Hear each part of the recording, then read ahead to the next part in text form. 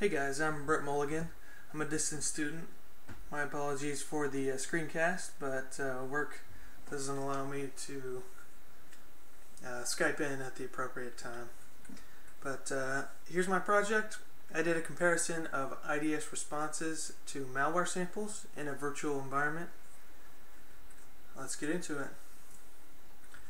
Here's the overview of the project. I compared 3 separate intrusion detection systems: Snort, Suricata, and Bro, using virtual machines and VirtualBox. And the malware I compared them against and their responses was CrossRAT and GoScan SSH, both fairly new this year and early this year of 2018. CrossRAT's a cross-platform remote access Trojan. It's written in Java, and GoScan SSH is appropriately named. It's written in Go and scans for weak credentials. I compared both detection and prevention. As you'll see in the results, it ended up being mostly detection.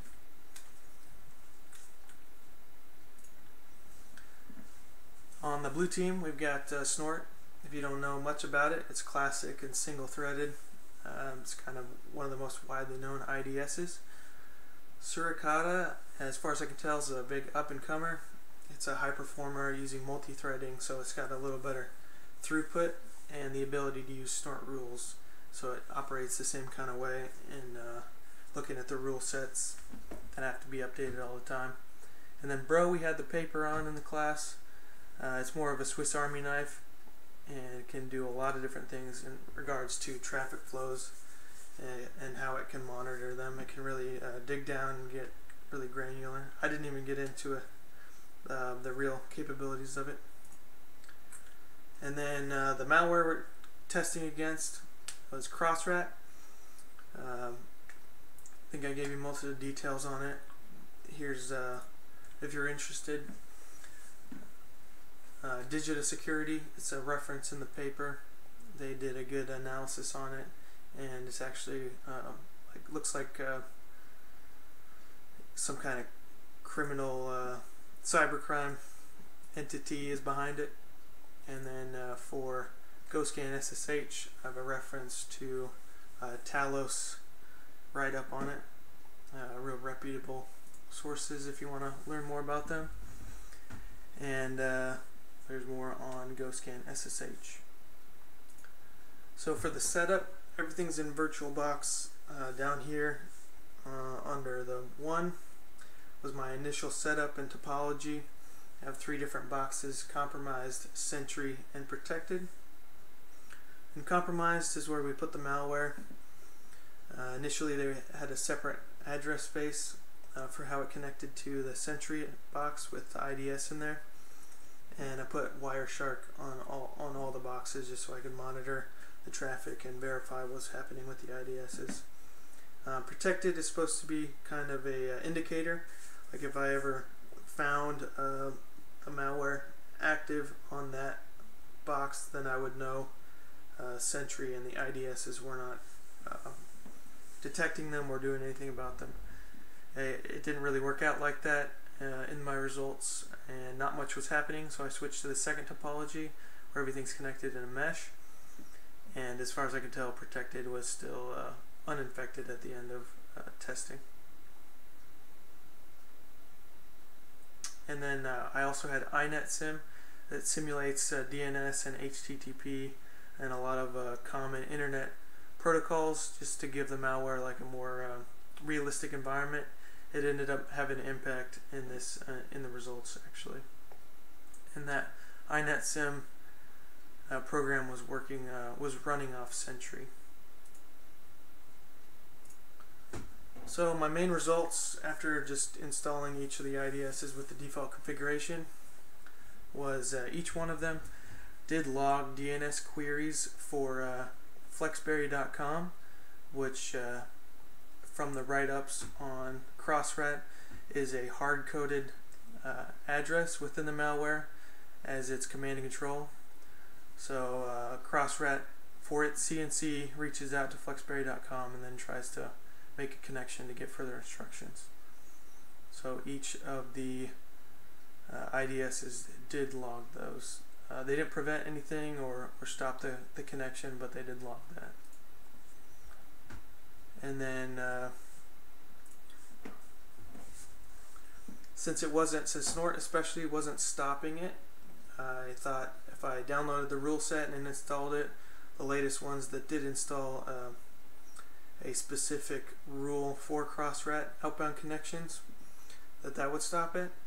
This is just the rule update page showing that. So I made that change, and I didn't initially have INetSim running, so I got INetSim running and then did another test. Unfortunately, Snort stopped working, stopped logging. It would still run, but it wouldn't log anything.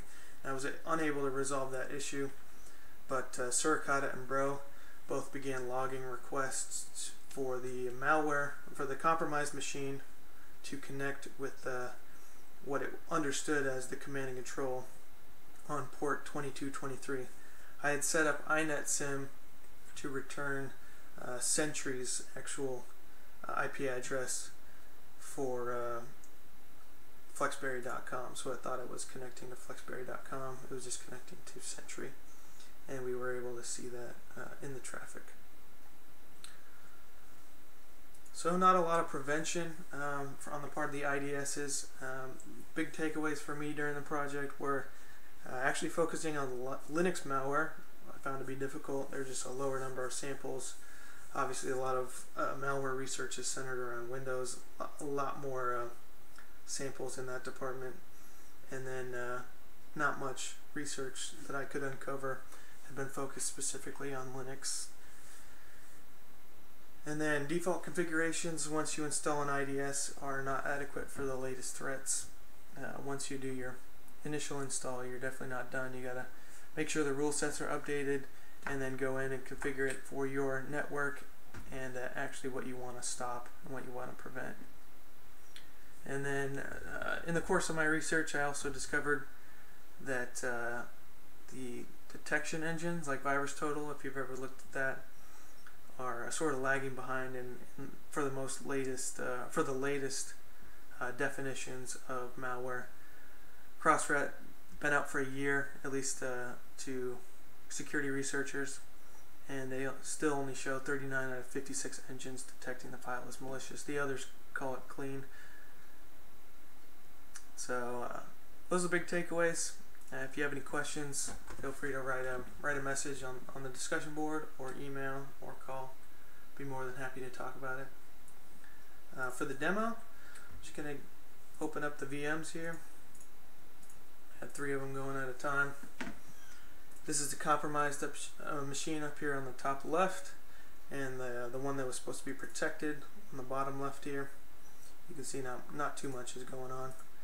And then Sentry over here. This is a default Suricata log file. It's called Eve. It's in JSON format, or JSON format. And here up in the compromised machine, we can verify that CrossRAT is actually running. MediaManagers.jar is known to be, at least the one with this particular version of MediaManagers.jar is infected. You can see more about it in the write-up on the website, but it's somewhat unrelated to the specific research. We're just verifying that it is infected. And then you can see on Wireshark 2 that it's making connections, or attempting to make connections on 2223, port 2223. So Suricata has been logging all this stuff. This is an example of a query to Suricata logs. It's going to give us the top port accesses.